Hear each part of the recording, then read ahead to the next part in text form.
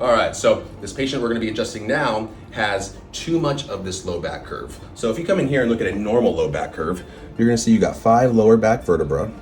This person will be facing this way, and this is the tailbone and the butt here. We should have this nice, even low back curve here. Now, most of the time, you're gonna see a lessening of that curve, but occasionally you're gonna see someone with too much of a good thing, and that's called a hyperlordosis, too much, and everything's gonna be compressed, and also too, this is gonna be relevant for when these vertebrae slip forward. So anyway, this is normal. Now, when you go to this patient that we're gonna be adjusting, instead of having this like smoother curve like this, he's got this really severe one. And then you're gonna see this vertebra has slipped forward, has slipped this way. Because if you line up the backs of these vertebrae, you're going right here, then all of a sudden we gotta go forward and up. So that forward pressure there with this impingement, this is causing him a lot of pain. So we're gonna be trying to open everything up. The last thing you wanna do with this patient is pushing straight forward, further compressing and further adding fuel to the fire. So we'll show you what that kind of traction and what exercise we recommend for someone with either a spondy or a hyperlordosis. So naturally, if we're looking at the spine from the side, this is the front, this is the back.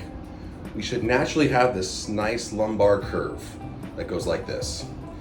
Now sometimes that curve, you can have too much of a good thing, where it's not just curved like this, but it's curved like this.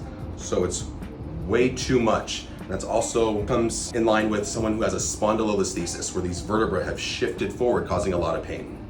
So when this is going on like this, you don't want to keep pushing down and making it worse. A lot of people do this. You're already compressing, you're adding more fuel to the fire. So what you want to do is do a little bit of this flattening effect. And so for people with a hyperlordosis, too much curve, or a spondylolisthesis, this is what we're going to be doing here. First thing we're going to do is we're not going to be lifting up the pelvis, because that's going to contribute to more lower back curvature, causing more compression forward. What we're going to do is keep this down, and we're really going to focus on a lot of tractioning. So from here, we're not going to go up too much. We don't want hyperextension. We're going to keep it neutral and just going down, really trying to flatten out that low back. Ooh, you already followed those pops right there. Yeah. That was solid.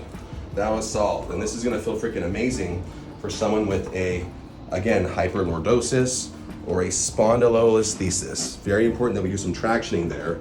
A lot of people with those spondies, with those types of conditions, they feel like they're left with no options because the chiros keep doing the same thing.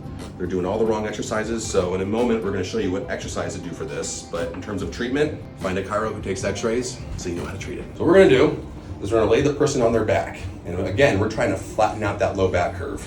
So what we're gonna do, we're gonna have you, Patrick, we're gonna bring your legs up to 90 degrees, just like this. And your hands are gonna be up just like this. So the first thing I want you to think about is allowing your lumbar, your spine, to be pressed into the table. And the way you do that is by pushing your abs down and your legs up a little bit. So lift your knees up. Yep, feel that right there? Yep. Woo! You know you're doing it right if you're shaking. So this is flattening out the low back, strengthening the core. Reach for my hand a little bit.